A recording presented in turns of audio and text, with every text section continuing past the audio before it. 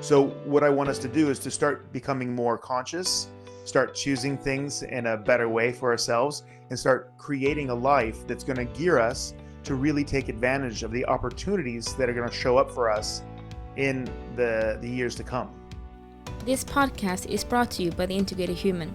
We work up, down, inside out to plug yourself into your potential. If you want to see what we are up to and what's next, sign up to our newsletter or follow us on social media. If you like what we are doing, we really appreciate it if you can like our post on social media and YouTube and help us grow.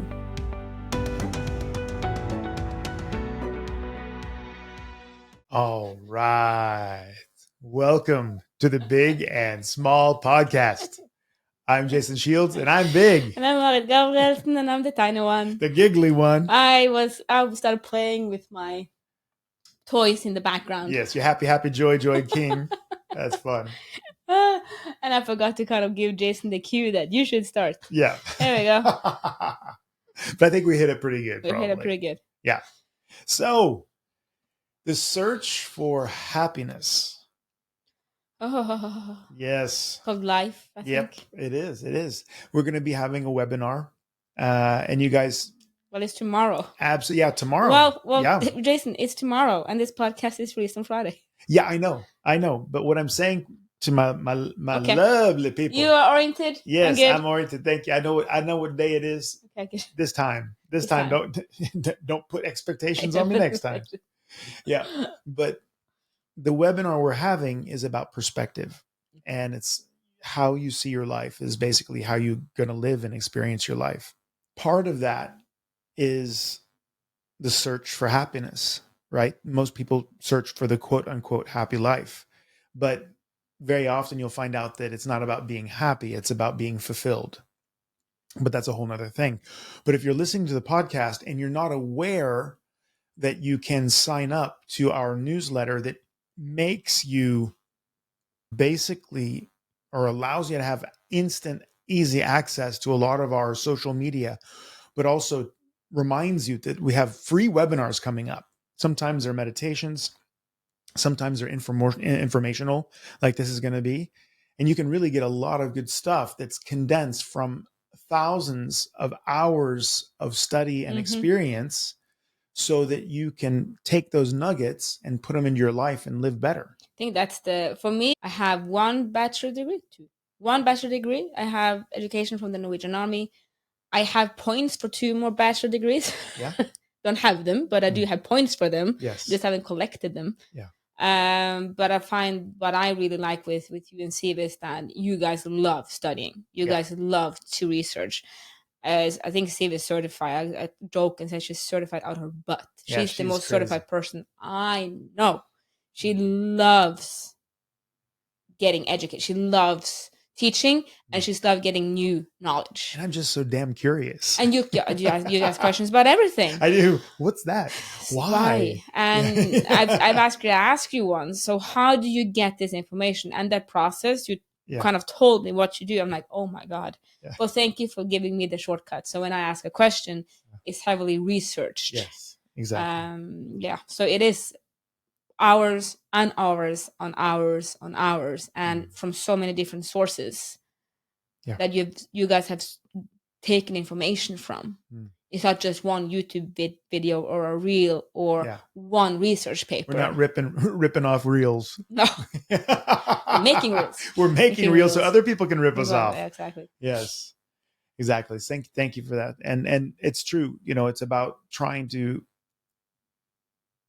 cover a landscape of knowledge and then figure out how that applies to all the other knowledge bases that you've built up, right?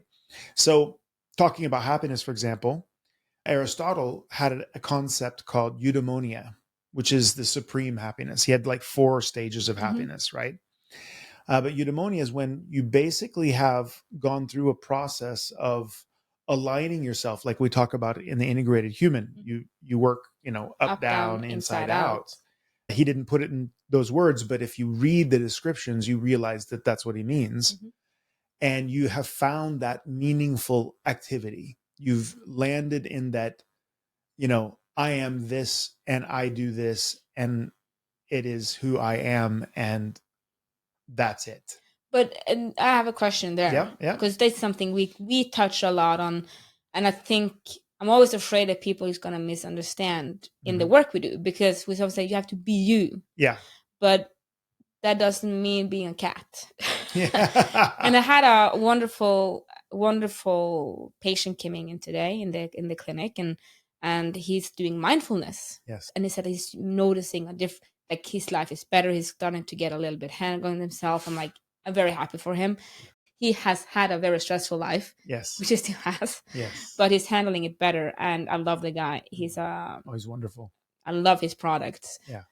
So I wish for him to continue making them, because I like buying them. Stay healthy, man. Stay healthy, man. We need you. But it was interesting because he asked about the difference. Yeah, so what are we doing? And I said, and this is kind of what I've seen people are saying is different from us and mindfulness work. Yeah. Because, and he was 100% agreeing with what he also know mindfulness as, and that was that you kind of see something you have or are, and then you accept it. Right? And then you kind of, that's who I am. But the way we work, you go, okay, this is what I have. Is this who I want to be? Exactly. And then if the answer is yes, you take that with all the good and bad thing that is. Yes. The freedom and the limitation it gives you. Yeah. Or you go, no. Yeah. This is not who I am. Yeah. And then you work on changing that. Yeah. Exactly. To something different. Yeah. This is not who I want to be. I'm not settling here. Right. And with owning. Nice. Oh, there you go. Gonna put it on. Nice. So for the people that are listening, Jason, what am I doing? Yeah, she just put the crown on top of her head. It's actually a crown. Yeah, it's actually a crown. It's itsy bitsy, but it's a crown. It's a crown. You put that on, and you put on your sovereignty, your queendom, your kingdom. Yes. And then you have to own it. Yes. So you, my husband, my mother and father, society, the patient doesn't have to adapt to me. Exactly. Because I own who I am. That's it. No one has to adapt. Yeah. I adapt to society with who I am. Yeah. So I think just that part is really important, because I'm always afraid that people think, yeah, but that's just who I am. Yeah. You better live with that. No, I have to live with that. I have to live with myself. You have to live with who you are. Exactly. So are you satisfied and happy with that life? And if so, excellent. Excellent. But if you're not, upgrade. So, because again, that's something I'm always a little bit afraid of, the people are misunderstanding, that if you're a cat, do that. But don't expect me to get a kitty litter at home. Yeah, exactly. For your toilet, and that society should make kitty litters in every restroom. Exactly. Because I assume if you're a cat, you're going to be in a kitty litter box. You're not going to be a kitty litter box. Because if you're going to do it, you better do it all out. Yeah, exactly. You can't be cat. You can't be for 3 hours. Yeah. And ask me to adapt. But when you go toilet, you're going to use a restroom. Nuh-uh. Or drive a car. You sit in the cage. Yep. That's it. That's it. I'm hard this way. If we're going to do it, we're going to do it. Sorry. So that was my discretion. But I think that is so important for me, that people understand that when we talk about do you, it means you have to own it. It doesn't mean that people should adapt to your uniqueness. Yeah. Doing you means being a person who is focused on and functioning in the model that you have decided to live in. That, of course, has an effect and consequences on the surroundings. To pretend that it doesn't is against the whole philosophy of the up, down, inside out. Because as we were talking about in our elite coaching group, the momentum group, up, down, when we say up, we don't say top down. We say up, meaning that you take in the information from the environment. You absorb it, hopefully with as little filters as possible, so you see things as objectively as possible. And then you wrap that in the frames that you set psychologically through your connection with the environment, which is we first have pure consciousness, which is being objectively aware of the information coming in. Then you have universal awareness, which absolutely positively means that you're connected to what? Everything. You're connected to everything. And you understand that damaging the outside is damaging you. So if you have issue with connection, then this is where you need to work. Exactly. You need to work. Exactly. So people who think it's all about the ego and about me being me and screw everybody else, they're stuck. They're stuck and they get punished. And though they may be successful to a certain degree, if you talk about, being an individualist, and you talk about, champions, and you talk about stockbrokers that are made lots of money, or big CEOs, in the end, they all talk about the thing that mattered most was the connection. It wasn't the performance, but them living what they believed gave them meaning, but it also has to create connection. So, when we talk about being the real you and being the sovereign you in relationship to what? Everything else, right?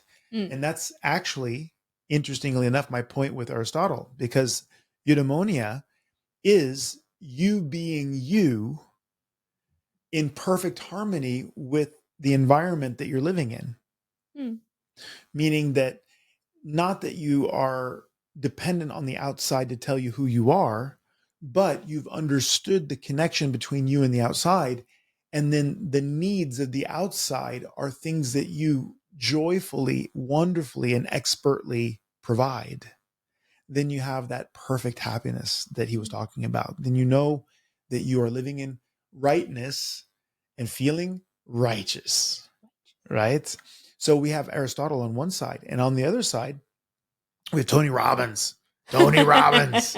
All right, Tony Robbins. You and Sia done all the Tony. Oh man, we've been hanging out with Tony so long, and he's a great motivational speaker.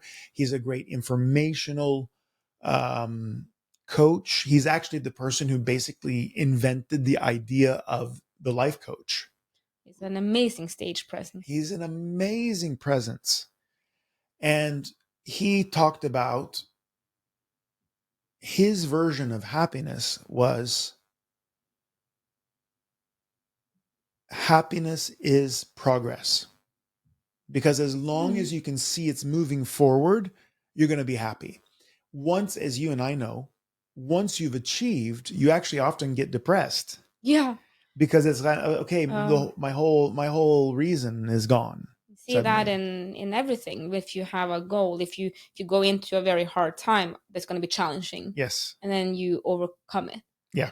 You end up with no North Star, no direction. Exactly. What then? And that happens no matter what you focus on. Exactly.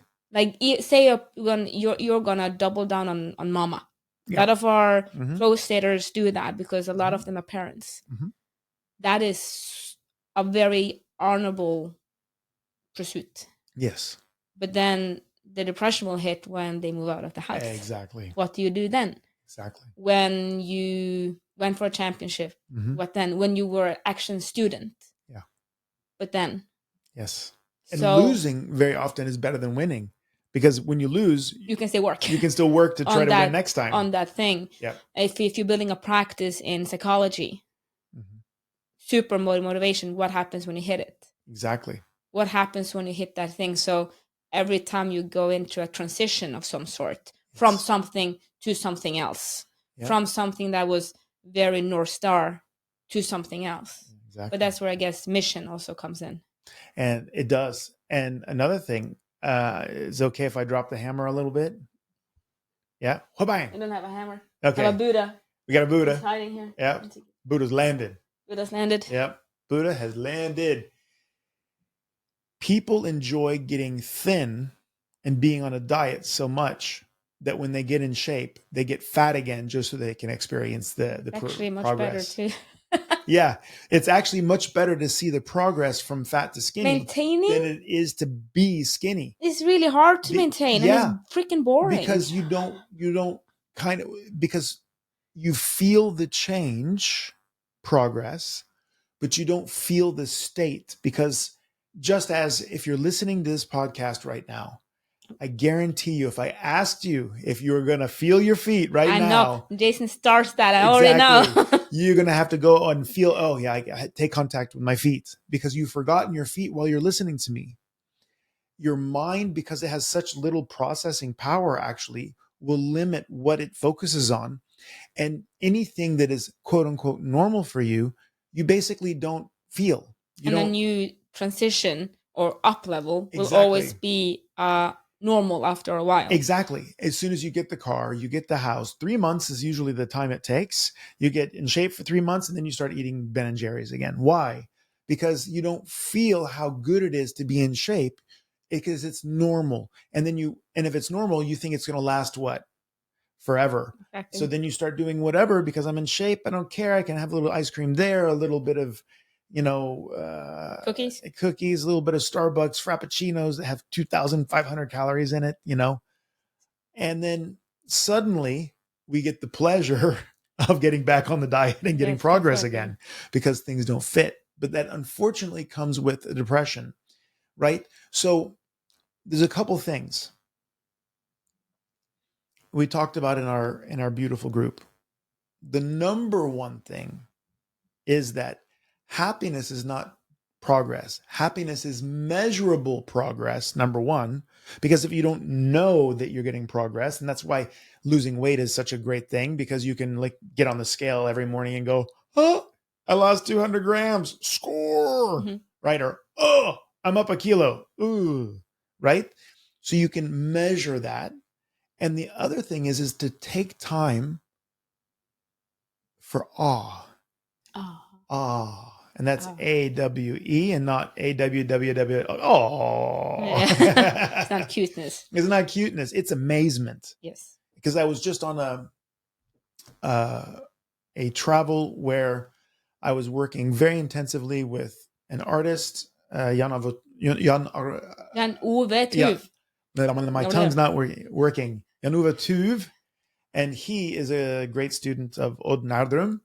And we're working on developing the characters that I'm drawing for the child's book that we're going to create, right? For the integrated human. It's going to be amazing. We made some great progress. Oh, it's very cute. It's fun. Jason is actually an artist. You have been painting and drawing before. Yes. But now you're getting the best coaching. Yes. Yeah. Jan Ove is amazing. So he's if you want to check him out, TUV is his last name. Amazing guy. Anyway. So I was in France and I was doing the work with the book and enjoying quite a bit. And the question is, am I getting a measurable improvement in my art? And having a coach or somebody who can stand beside you and help you become aware of that, number one, is amazing. So coaching, meaning integrated human, or somebody who can help you understand the spectrum of improvement that you're making. Mm-hmm. The other thing is I kept getting the feedback that, man, you're so positive. You're just so positive. You're just so happy all the time. And I'm like, well, no, I'm not actually really positive. I don't understand what you mean. No, but you only say nice things and you're focused on nice things and you give compliments. And I'm like, yeah, but that's not, I don't give compliments. I'm just looking at the things that are amazing. And one lady specifically said, well, what do you mean by that? And I said, imagine this. We got on a giant piece of metal that flies through the air and transported us in just a few hours from Norway to France. We travel on something that has 180 horsepowers in it on weird rolling wheels, taking us through some of the most beautiful vineyards in the world to a tiny itsy bitsy little village where the faces of the people look the same because the generations of people that have lived there have been there since, I don't know, year 800. before, it's insane. This is an old place. The architecture is beautiful. The coffee is amazing. And we're living in this villa.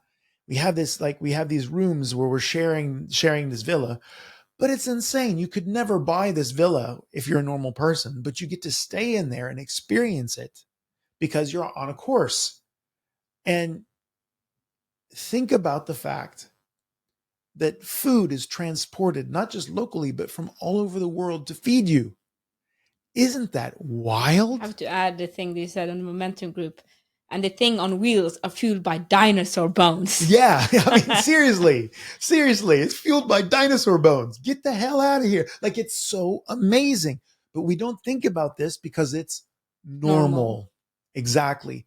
And that's the problem.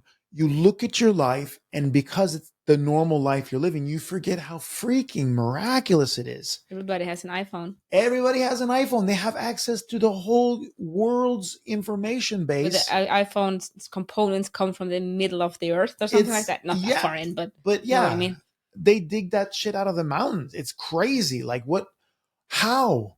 And though you understand the technology, you still, if it doesn't impress you that that's possible and that everybody basically can afford it. I was walking in the mountains in Ecuador, and there was a guy who was plowing the field with 2 donkeys and a plow, and he stops to take his iPhone out of his pocket to answer a message. Now explain to me how that's not amazing. Like, he would rather have a tractor than an iPhone at that point. Yeah, absolutely. But you understand, it's like the technology is incredible. We live in such a crazy time. And the kind of people that I got to meet on the course, I said, you guys are insanely interesting people.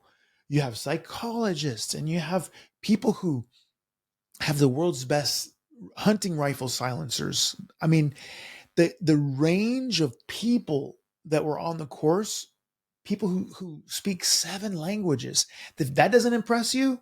I mean, come on. And she said, well, yeah, we actually did have a pretty good time. And I said, no, we don't have a good time. Every day is like this if you just take a moment to practice awe. A-W-E. So one of the tasks we in the momentum group have is to notice awe. Yeah, exactly. And people say, oh, that's awesome. But they don't think about it actually being awesome, because is a t-shirt awesome? Well, maybe it is, but we use the word without actually feeling it. It's just used as a slang word. Yeah. Awesome. Oh, that's awesome. It's not used it's used from the head. It's not used from the heart. Exactly. We don't emotion. If you say it from the heart, you actually really think, oh my freaking God. Oh, shit. Exactly. Wow. But if you just say it's awesome, it's just a word. It's just a word. It's just a silence filler. Exactly. Right? And very often the same thing happens with the idea of grateful. Oh, I'm so grateful. Are they grateful? I really felt gratefulness a couple of times. Yeah. And even if I try, you can't just express it. Yeah, it's you actually can't express it. Exactly. You can then you have for me to be able to express grateful without crying, I have to speak from the throat head. Yeah. If I speak from the heart, I can't say that word without tears in my eyes, because it's so. It doesn't. I can't. No. It's deep. It's deep. Yeah. It's kind of, you can't. Yeah.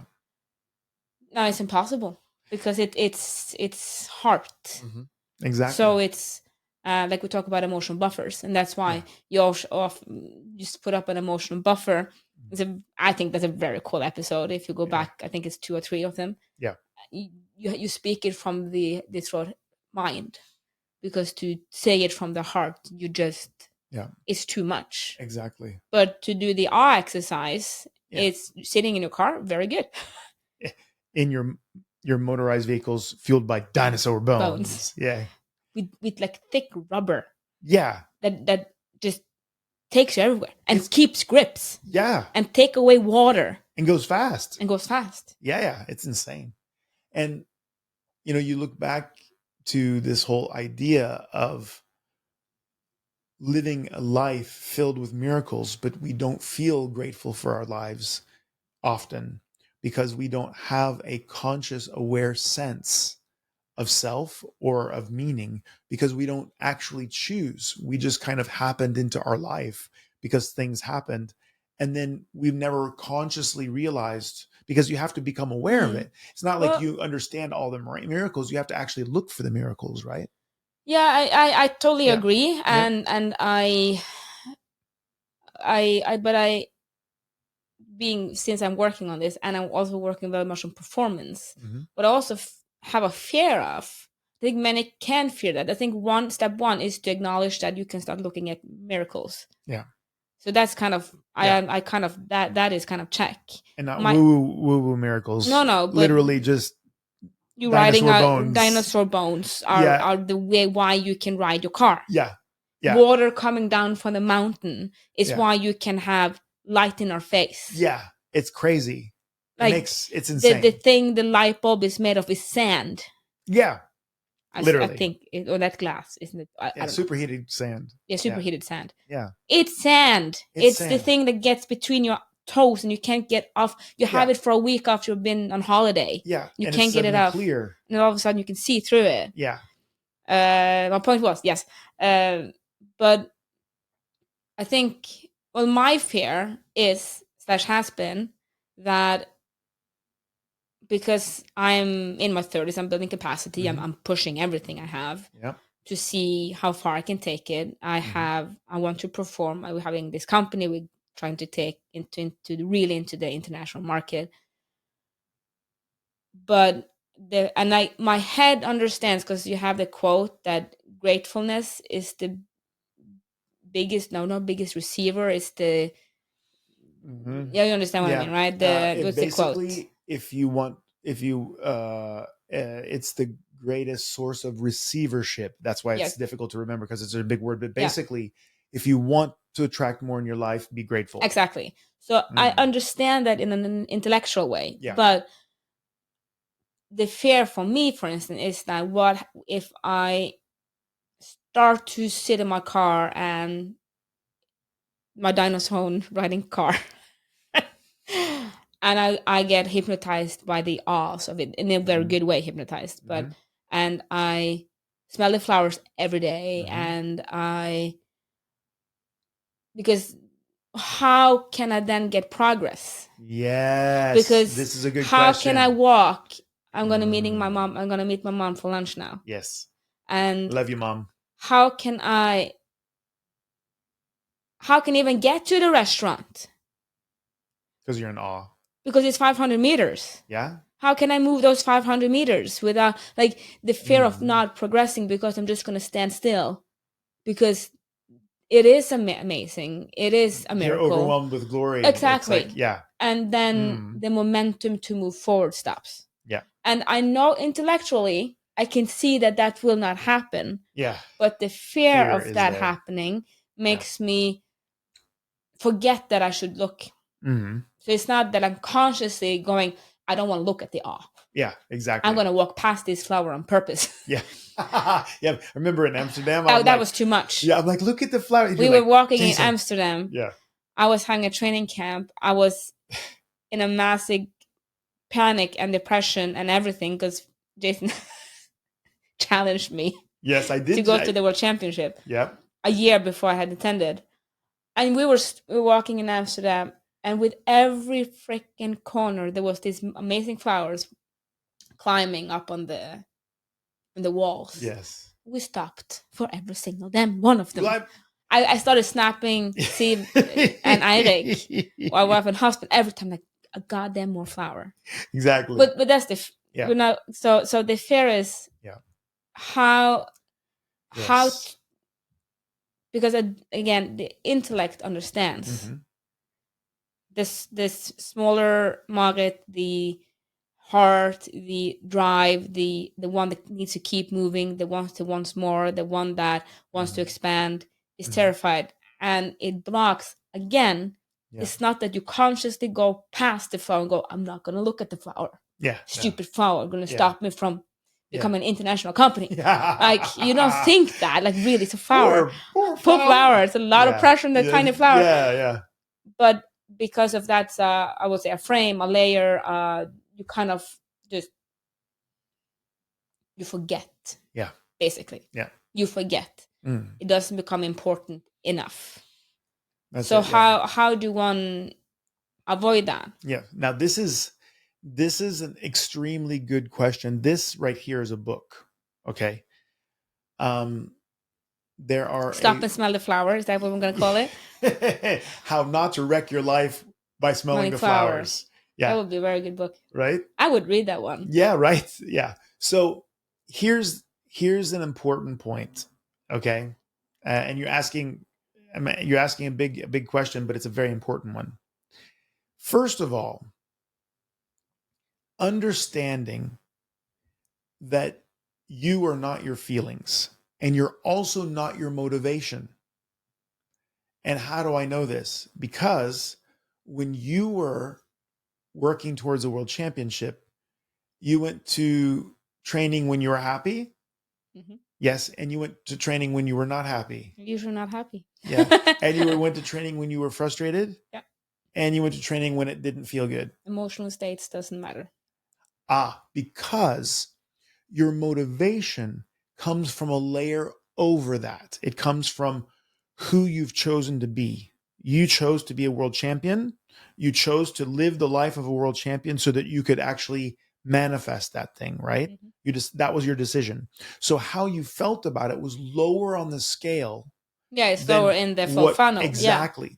So this is the most important point you can understand about emotion, because how you do something is charged by your emotions. Yeah, the emotions, like you teach it, is kind of your dinosaur bone. Yes, it's your dinosaur. So how much dinosaur bone you have in it, how much fuel you have, depends on how good you are at working with accepting, opening, channeling. Yeah, exactly. Directing. But whether or not you do it has to do with the way you see yourself, the way you experience the world, the way you see yourself. Worldview and personal philosophy. That's correct. Yeah, okay. Exactly. And that's exactly right. Because like Aristotle was talking about eudaimonia, it's like you have to have individuated, if I use Carl Jung's work, meaning that your worldview and your personal philosophy align, and you've decided that the role that you're going to take is champion or athlete or mom or whatever, because that flows 100% in alignment to your emotional state. So you can be a mom if you're angry, and you can be a mom if you're sad, because believe me, if you have a kid, you're going to be happy and sad and depressed and embarrassed. Well, in everything you're going to be everything. Exactly. So the emotions actually don't matter. Now, the where they do matter, though, it has to do with vitality, meaning that if you're constantly on the negative side of the emotional range, you will have the feeling of depletion and energylessness more than if you're on the positive. So what I often do, if I've had a hard day and I've taken a lot of hits, I will sit down and I remember thinking about yesterday, like, Jason getting hit today. I came in and I started to mansplain, and I was like, and the ladies, like Steve and Marit, were just like, bam, bam, bam, bam. And I'm like, oh, I just mansplained it, didn't I? I'm sorry. And I'm like, you're welcome. And then after, like, Jason got a beating. He's like, Jason got a beating. They've been working for like 3 hours on something, and I'm coming up here. Let me tell you about it. I'm like, shut up.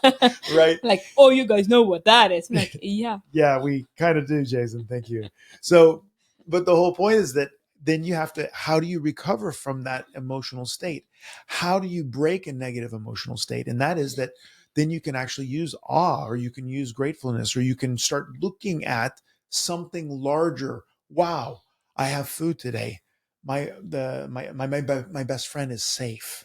I know she's safe. I send a message to you sometimes. Hey, are you okay? Mm-hmm. Yeah. Then I'm filling up my gratefulness bank, because I need to kind of restore my internal energy.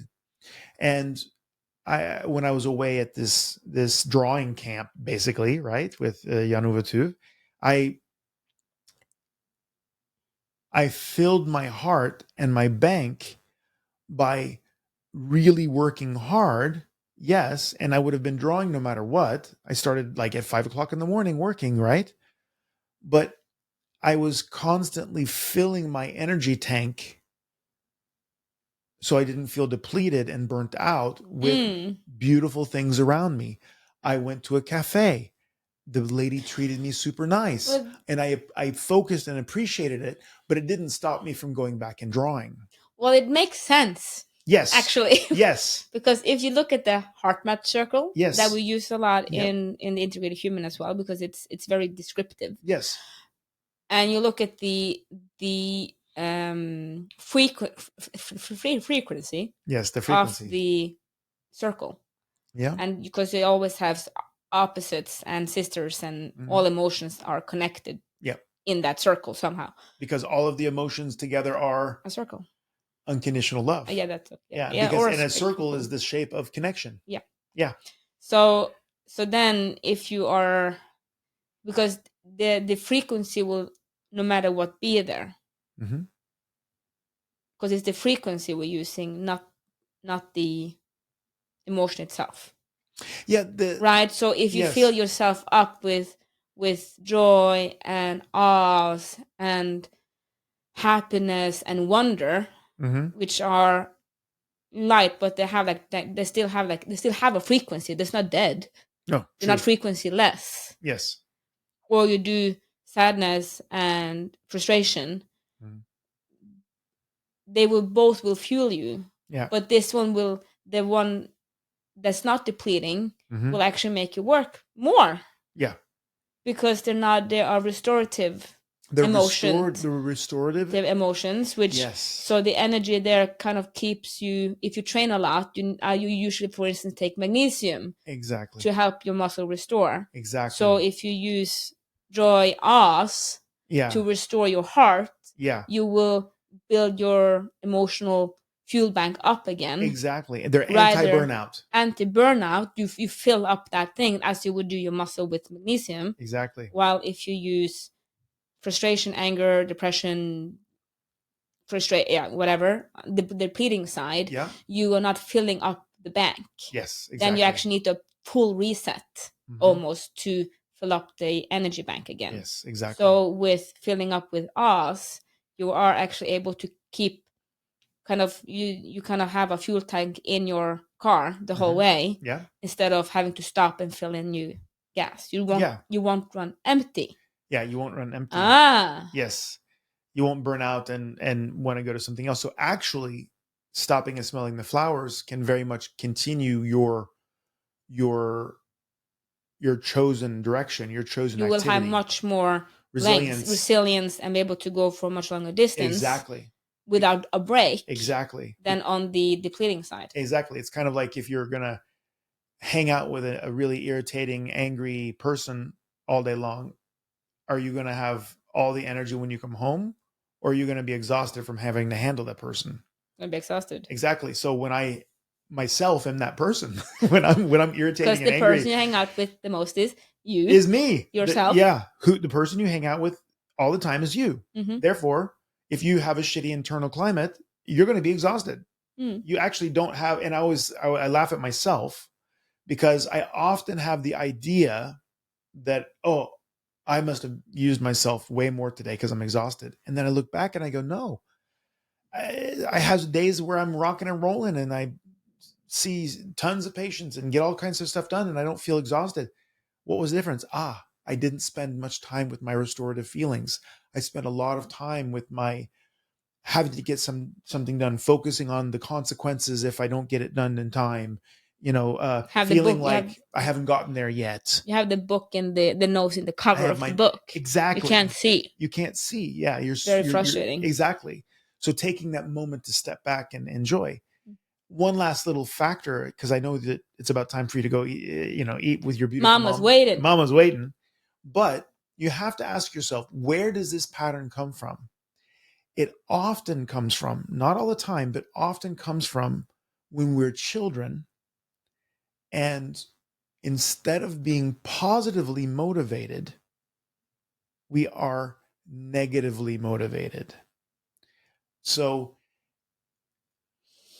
do you talk to yourself like, you better do this because you know you're a piece of shit and you're not worthy, and you better understand that everybody's going to know that you're crap, and you know you don't deserve better, and you better get going? What is your internal conversation like with yourself? We call that the elf. Evil little fucker. The evil little fucker, the one that's basically breaking you down so you don't think you're somebody and you can't make mistakes and all that. But most of that, weirdly enough, we can get back to that later, is undercover arrogance and undercover ego survival. But if your parents used negativity to get you to do stuff or to get you to not do stuff, then you will often have a negative motivational strategy for yourself. Think about that.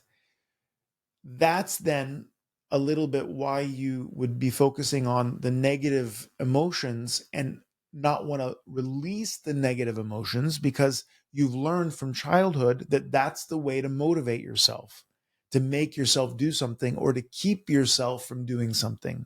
So instead of choosing to eat healthy because you love yourself and you want to look great and feel great and you want people to love you, when they look at you, they're like, wow, that's a person, I would love to be like that.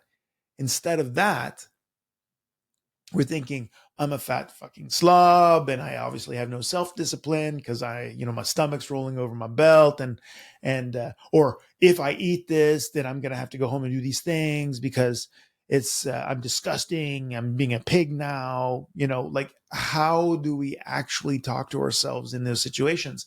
And can both be effective? Yeah. Yes, but you can't. One is depleting and one is restorative. Exactly. One breaks you down and makes you feel horrible even if you do the right thing. The other one gives you an opportunity to see your life as expansion of happiness and positivity. Yeah, but it's also much more accepted in society to be on the negative side, depleting side of life, than on the positive. People, if you are on the depleting side, there's less responsibility. You fit more in. You are not odd. That's right. And people can usually not say against you because X. Yeah. But on the restorative side, if you come in a room and smile, people look at you funny. They're like, what the fuck is wrong with you? What's up with you? Like, what, you have to be sick or something. Yeah. If you get an awe over the dinosaur driving car, people think you're high. Think you're high, or like, what? You're so odd. But being angry at the light section, or that you hit a red light instead of a green, or the weather, that's perfectly normal. It's normal. So I think also we're getting taught to, because like we talk about, we are pack animals. We want to fit in, so we are most kind of pushed towards that side. But that is why we are creating the elite coaching group and stuff like that. That's why we're using Enter Samadhi, which is a close group for everyone that have attended our events, so that the normal in our society, in our community, is the restorative side. Yes, we keep that group leveling up. And that's why we kind of invite people to attend webinars and seminars and meditation and stuff, because I want to change the narrative that we live with. Yes, the story we're living in. Exactly. And just one last thing with the whole society. Society is based on rules and laws. So what happens when you break the law? You're getting punished. That's negative motivation right there. So remember, you matter. Unless you multiply yourself by the speed of light squared, then you're energy. But if you can't be energy, matter. Thank you for listening to our podcast. We hope you felt we added something to your day and hopefully your life. If you want to learn more, subscribe to our newsletter and find us at integrated-human.com. That is integrated-human.com. Integrated Human on YouTube and other social media platforms. Have a great day, and thank you again for listening. Love, light, and upgrade from us at the Integrated Human team.